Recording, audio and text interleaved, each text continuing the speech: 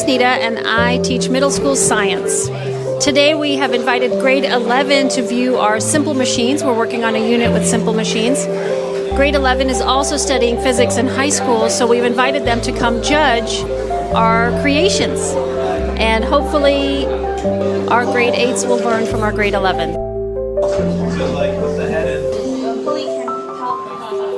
Hello, my name is Ryan. This one is a simple machine for wheel and axle, and I use this for a microscope. So when I press this second button to make it light flow, we can use our human eye to look it through like this. That have one pulley and one wheel and axle.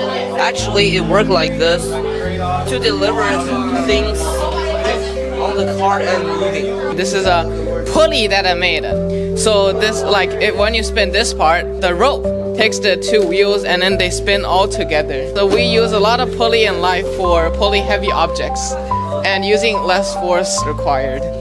This is inclined plane. This is made of, in a museum park, there's roller coaster. When you try, this ball go down and go inside their cup. This is to make the two wheel and axle, and the one that was make the machine.